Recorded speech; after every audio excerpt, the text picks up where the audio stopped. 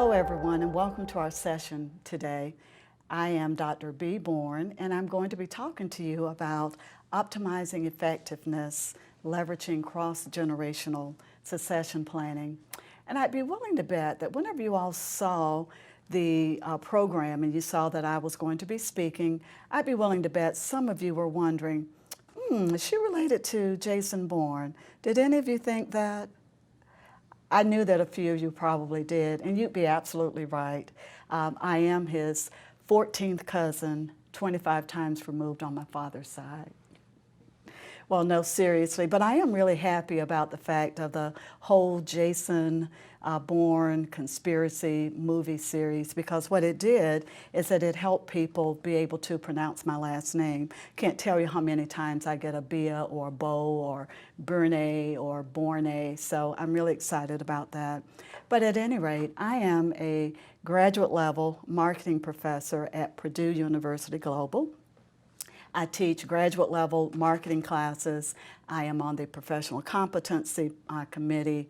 I evaluate portfolios for experiential learning. So I'm really excited to be here today to talk about this with you.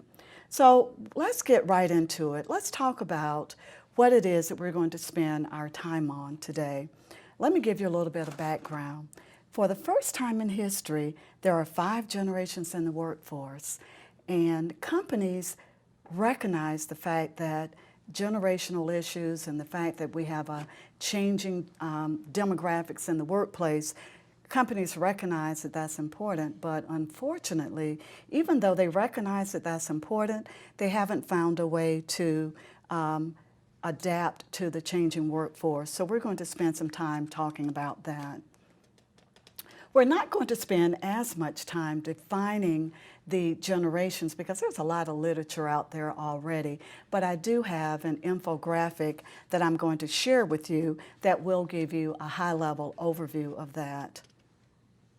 So let's delve right into it. So what are the 5 generations in the workplace? And I'd like you to think about, as we go along, which generation you belong to. So at the oldest end of the spectrum, we have traditionals, and these are the folks that were born between 25 and 45. Next, we have baby boomers, and they were born between 1946 and 1964. After that, we have Generation X, 65 to 80, Generation Y, 81 to 2000, and last, the youngest generation in the workforce is Generation Z. Now, I know what you may be thinking. You may be thinking, excuse me, Dr. Bourne, I have found different dates, and you'd be absolutely correct. So, generational theorists don't all agree on the beginning and the end dates of the generations. As a matter of fact, none of this information is brand new except for the generations are new, but Mannheim back in 1952 talks about the fact that generations overlap just as eras overlap. So if you take a look at the Venn diagram, you'll notice that there are areas of overlap. And in those areas of overlap, that represents that people that are born on the cusp, and the cusp represents people who were born either at the end or the beginning of a generation, and they don't necessarily share the characteristics of those who were born more in the middle. So again, there are different beginning and starting dates, and it is suggested by generational theorists that these dates should be more of a guideline as opposed to a hard start and stop. However, even though theorists don't agree on the dates, they do agree on the overall characteristics of how the generations are identified. So let's take a look at what the workforce looks like in the U.S. And as a comparison, I want you to think about how closely your organization's makeup mirrors the workforce of the U.S. So at the oldest end of the spectrum, we have the traditionals, the matures, the greatest generation. They make up 2% of the workforce, and that's not surprising because of the age of the group. We have baby boomers who make up 25% of the workforce, Generation X, 33, Millennials make up 35%, and they are the largest group in the workforce today. And at the very youngest group, we have Generation Z making up 5% of the workforce. And as you can imagine, this is all in the process of shifting as baby boomers are aging, and they are aging and reaching retirement age at an astronomical rate of 10,000 a day. So what that tells us is that this shift is affecting the fact that baby boomers will soon be at retirement age, almost all of them, and then that means that millennials, Generation X, and Generation Z will be an increasing larger percent of the workforce. So again, I want you to think about what generation that you are a member of, and the organization that you work for. Where are they in terms of these numbers? So it's important to have a general overall idea, because if your workforce is composed of too many baby boomers or the older generation, that's an even larger impact on your organization as these folks transition into retirement. Let's talk a little bit about what defines a generation. So when we talk about all this stuff about generations, what exactly are we talking about? What makes people, belong to a generation other than the year that they were born? So generational theorists talk about the fact that significant emotional, social, and historical events that a person went through at the time that their values were programmed informs how they view the world, so their worldview. So there are these significant emotional and historical events. And it is said that because of a person's first contact in history with these events, it helps forms their worldview and how they think of things. So some of those things might be the Great Recession, the Great Depression,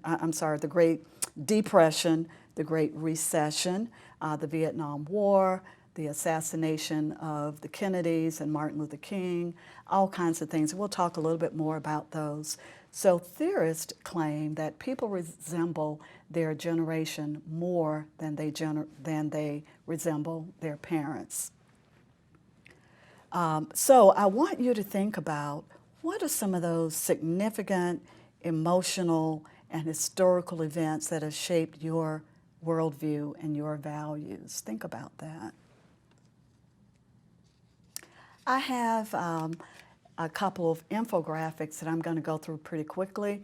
Again, a lot of this information is already out there, so I want the focus of our discussion to be on succession planning, but I think that it's important so that we're all on the same page, so that you have a good context of where this is coming from. So when we talk about traditionals, and I notice that none of you in the room appear to be a member of the traditional generation, but at any rate, the things that shape their values include the Great Depression, World War II, radios, movies. They're motivated by respect, providing long-term value to the company. An employer should provide them with satisfying work opportunities. They want an opportunity to contribute, and they want stability. Baby boomers, on the other hand, are very optimistic, competitive. They're competitive because there were so many of them born. They were conceived at the end of the World War II, when the men came home from the war, the economy was much better, people were very happy, they conceived a lot of babies, and that's why it is called a baby boom, or the baby boomers. Their worldview is of the fact that achievement comes after you pay your dues, and they believe in sacrificing for success. They're known to be workaholics. So you could see how there might be some generational clashes if you have a member of a generation or a member of a workforce who believes that you've got to pay your dues before you're heard, and then you've got another member of a generation who believes that I don't have to go through all of that, I want to be heard today. Okay, and they are retiring at the rate of 10,000 a day. We have millennials. They are very global, competitive, civic-minded, achievement-oriented. Employers should get to know them, manage by results, be flexible. many of them they are expected, to make up 75% of the workforce in the next 5 or 6 years. And when you hear the year 2020, that sounds like a long way off, but that will be here in no time. Many of them still live at home. We have Generation X, and these are the folks that employers should get to know. They want immediate feedback. They want flexible work arrangements. They believe in a work-life balance. And by the next few years, 2028, they're going to outnumber baby boomers. They are very entrepreneurial as well, as many of them are the founders of startup companies. So that gives you an idea of those generations. And then the very youngest is Generation Z. They want to interact with their managers on a daily basis, if not several times a day. And an employer should offer them opportunities to work on multiple projects at the same time. They want a work-life balance, and they want a self-directed, independent working situation. So succession planning is important because few companies have succession planning initiatives. They know that it's important, but very few do. And of those that have succession planning initiatives, many of them only concentrate those initiatives on the C-suite. So very few organizations have a plan in place to train their managers on what to do and how to pass along organizational knowledge to successors of these people who are about to retire. And this is an issue across all industries. It is not just concentrated on certain industries. It is across the board, from technology to telecommunications to retail to healthcare, and even among family-owned businesses. What the research shows is that 80% of them are not prepared for what they're going to do when their current management steps down. Why should you care about all of this? You should care because of two undeniable facts, and that is no one is indispensable and change happens. We have an aging workforce. We talked about the fact that 10,000 baby boomers are reaching retirement age every day. So that means you have to have a plan in place to replace them. We have a shrinking labor pool. There's greater demand than there is supply for talented workers. There is a skill gap. We have 5 generations in the workplace with 5 different approaches to work. And if you'll recall on what we just talked about, they're very different if you take a look at what motivates them and what employers need to do to keep them engaged. So the other reason that you should care is that leadership development is a long process. It is not something that happens overnight, and leaders are busy. And developing someone to be a leader is a long process. It can take several months or even years to do that. And then if you think the idea is that, well, we'll just go out and hire someone from the outside instead of trying to grow our own talent, research has shown that 2/3 of those senior leaders that are hired from the outside, external hires, fail within the first 18 months on the job. So those are things that need to be taken into consideration as well. Succession planning is a process. It involves communicating career paths to employees. As a matter of fact, Gen X employees say that they make a decision on how engaged they're going to be in an organization and what their performance is going to be based on what the career path is. So it's important to have a plan and then to communicate that plan to employees as well, because you could be planning on someone filling a role, but if I don't communicate that to them, they may be planning to leave and they're not there when I need them or when you need them. We need to establish training and development plans and individual moves. We need to communicate upwardly, laterally, what's going on in the organization, and to have comprehensive HR planning. So when we talk about succession planning, companies that have done better have had well-designed leadership development programs. They've done cross-generational mentoring. They've offered focused training and development, as well as phased retirement. Leadership development is really important because in research, 45% of millennials say that companies that accelerate their professional development is very important, and they feel that the importance of that at a higher level than Gen X or baby boomers.